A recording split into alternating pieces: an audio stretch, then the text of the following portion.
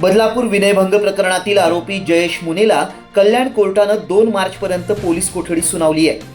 या प्रकरणी आज पोक्सो विशेष न्यायालयात न्यायाधीश व्ही.एम. पत्रावळे यांच्यासमोर सुनावणी झाली।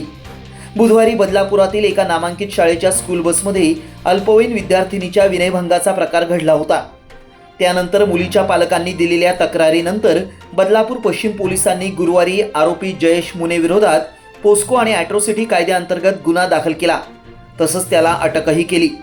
त्याला कोर्टात हजर केला असता कोर्टानं त्याला 2 मार्चपर्यंत पोलीस कोठडी सुनावली आहे। बदलापुरात अवघ्या महिन्याभरात सलग दुसऱ्यांदा अल्पवयीन मुलीच्या विनयभंगाची घटना घडल्यामुळे खळबळ उडाली आहे। 27/2/2026 रोजी आरोपी जयेश मुने याला कल्याण कोर्टामध्ये पत्रावळे मॅडमच्या कोर्टामध्ये BNSच्या सेक्शन 74, 75, 79 अन्वये आणि अलॉंग विथ 8-12 पोक्सो अन्वये कोर्टापुढे प्रोड्यूस केलं होतं।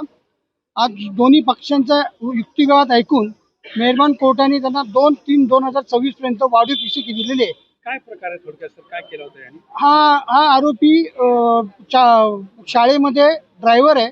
त्यांनी त्या शाळेतल्या मुलींची छेडाछेड केल्याबद्दलचा हा प्रकार आहे।